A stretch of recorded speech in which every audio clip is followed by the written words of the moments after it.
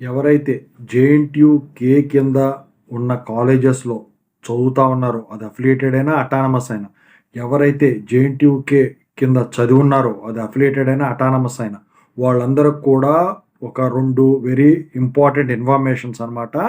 దాని గురించి చెప్పబోయే ముందైతే ఇంతవరకు ఈ ఛానల్ సబ్స్క్రైబ్ చేసుకున్న వాళ్ళు ఎవరైనా ఉంటే సబ్స్క్రైబ్ చేసుకొని వీడియోని లైక్ చేసి షేర్ చేయండి.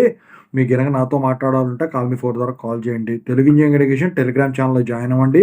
ఈ వీడియోకి హైప్ ఇవ్వండి. ఇక టాపిక్‌లో వెళితే ఏంటంటే, ఇప్పుడు ముందుగా మొదటి విషయం ఏంటంటే, ఈ జేఎన్‌టీయూకే కాన్వొకేషన్ అయిపోయిన వాళ్ళకు ఏదైతే ఉందో దాన్ని ఏప్రిల్ 2వ తారీఖున కండక్ట్ చేయటానికైతే జేఎన్‌టీయూకే డిసైడ్ అయిపోయింది.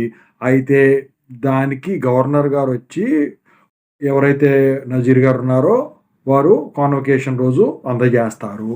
అది మొదటిదనమాట. మీ పేరుందో లేదో గోల్డ్ మెడలిస్ట్ లిస్ట్‌లో చూసుకోండి.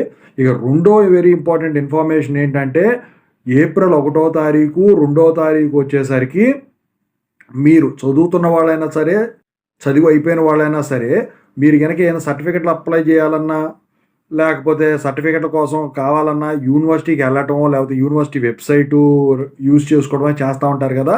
ఈ 2 సర్వీసులు వచ్చేసరికి ఏప్రిల్ 1వ తారీఖు గానివ్వండి, ఏప్రిల్ 2వ తారీఖు గానివ్వండి, స్టూడెంట్ సర్వీసెస్ అనేవి జేఎన్‌టీయూ కాకినాడ క్లోజ్ చేయడం అయితే జరిగింది.